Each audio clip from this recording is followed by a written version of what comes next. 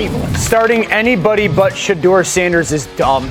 Deshaun Watson. Playing Shedeur in training camp, that's the way they're going to go. Cleveland doesn't matter right now in the NFL, and they haven't for years. They're building a new stadium. It's the Browns to re-sign him after this year. Yeah. Like, inconceivable. 17-0 in the Super Bowl, and then we can talk about it. So they need to find out. In this league, when a franchise hands out $230 million in fully guaranteed money, they aren't just buying a quarterback. They are purchasing an unbreakable contract with destiny. But when that quarterback plays just 19 games over 6 calendar years, undergoes major shoulder surgery on his throwing arm, and tears his Achilles, that contract transforms into an organizational hostage situation. You just heard Dan Orlovsky say it himself on national television. Starting anybody in Cleveland other than Shedeur Sanders is pure, unadulterated foolishness. But what the mainstream media wants you to believe is a normal, healthy summer training camp quarterback competition is actually an internal civil war between a front office desperate to hide their historical mistake and a coaching staff fighting for their professional lives. Let me be brutally honest with you. Let's stop pretending the Cleveland Browns are operating like a normal football team.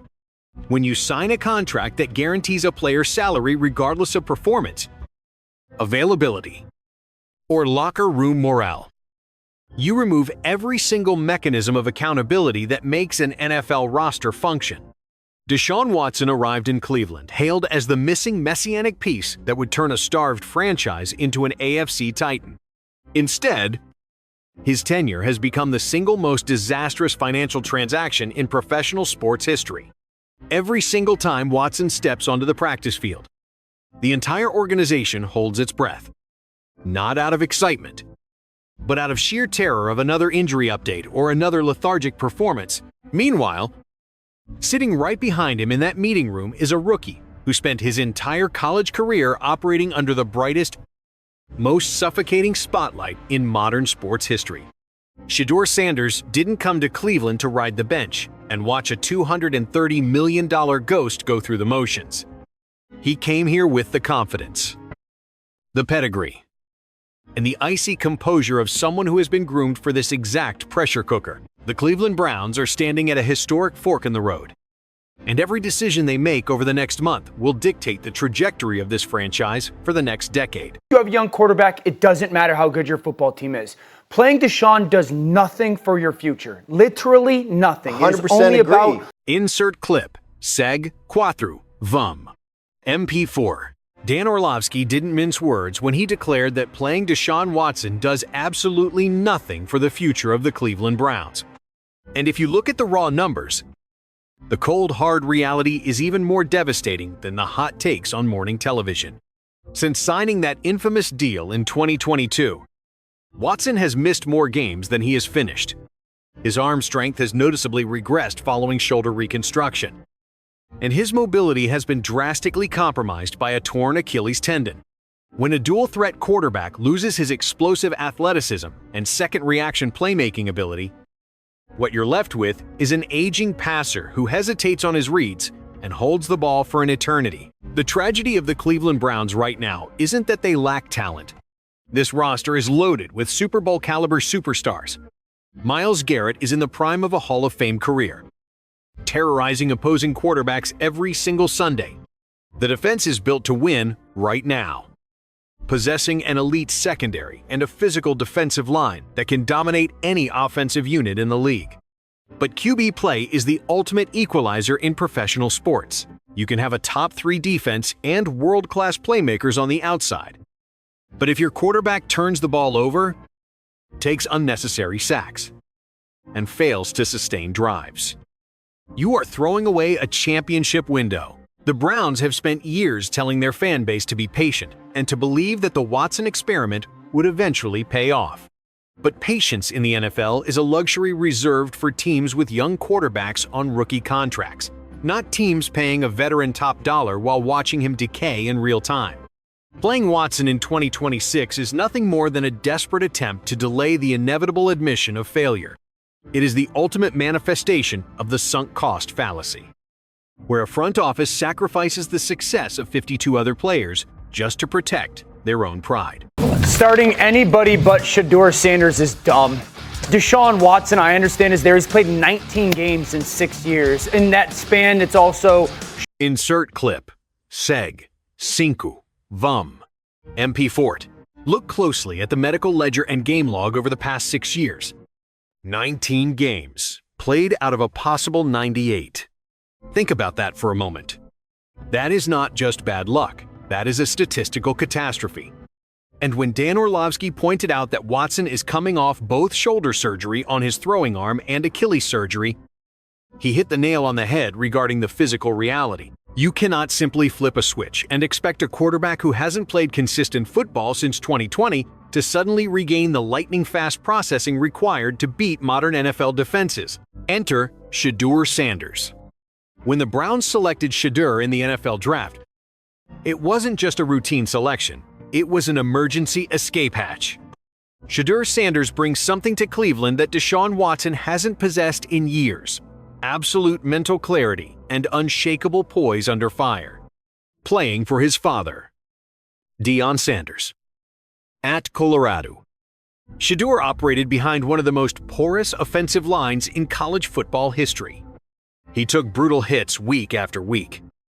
Yet he consistently stood tall in the pocket, delivered accurate passes under extreme duress, and kept his cool under intense national media scrutiny. What makes Shedeur so intriguing for this Cleveland offense is his rapid processing speed, elite vision, and ball placement.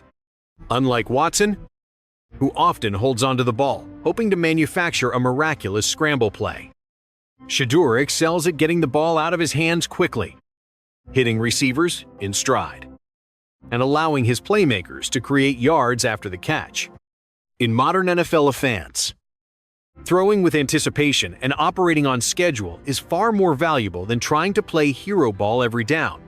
Shedeur has demonstrated throughout his career that he can operate an offense with surgical precision. Well, and then you're going to pay him again. Shedeur Sanders should be the starting quarterback in Cleveland. Tim Hasselbeck, do you agree with that? Insert clip. Seg. Says. Vum. MP4.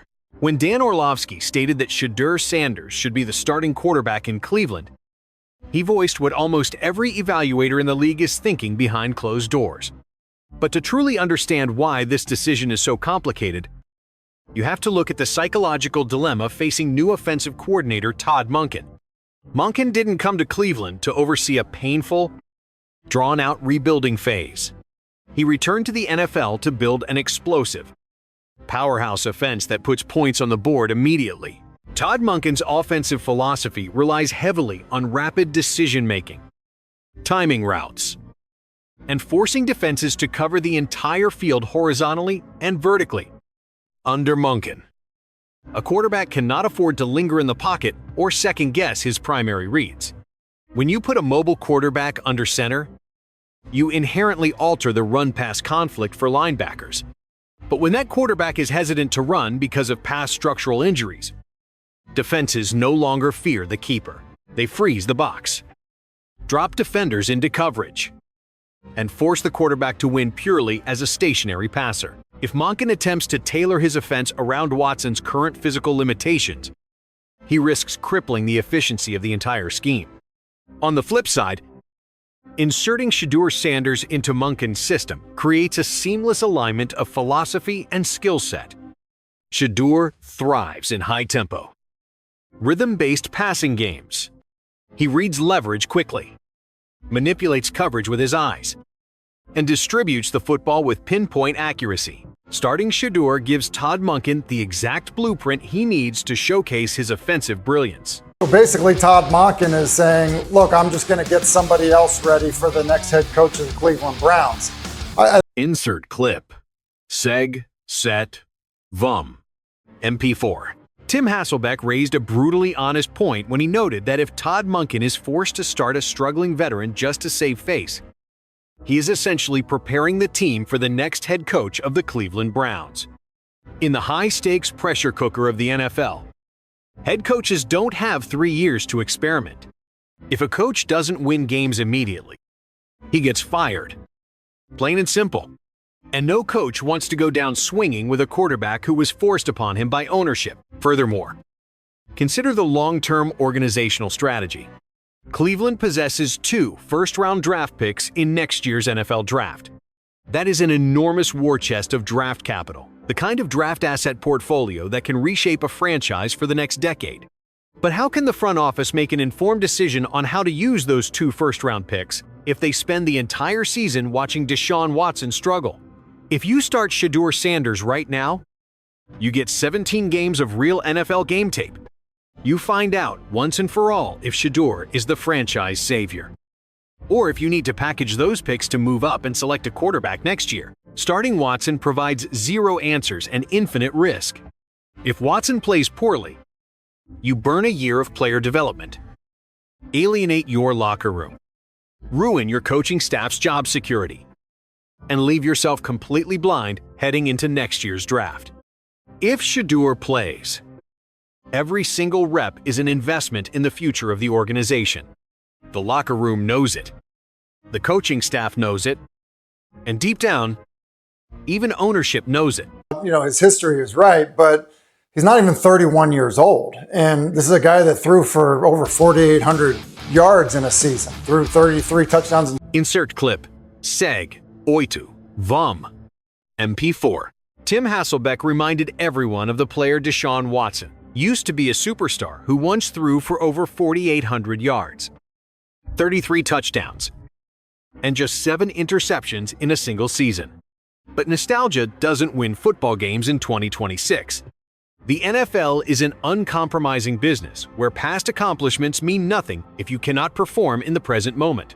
Holding on to the memory of 2020 Deshaun Watson while ignoring the reality of 2026, Deshaun Watson is a recipe for franchise failure and ultimate collapse. The Cleveland Browns fan base has endured decades of quarterback carousels, failed draft picks, and heartbreaking disappointments. They have watched 27 different quarterbacks take snaps under center since the franchise returned to the league. They don't want excuses. They don't want financial justifications. And they certainly don't want to watch a $230 million experiment implode in slow motion on national television every Sunday afternoon. They want a quarterback who brings passion, leadership, edge, and hope back to the dog pound. Shedeur Sanders represents that hope. He represents a fresh start, an electric energy, and a chance to erase the dark cloud of the Watson contract once and for all. The coaching staff knows what they have to do. The players in that locker room know who gives them the best chance to win.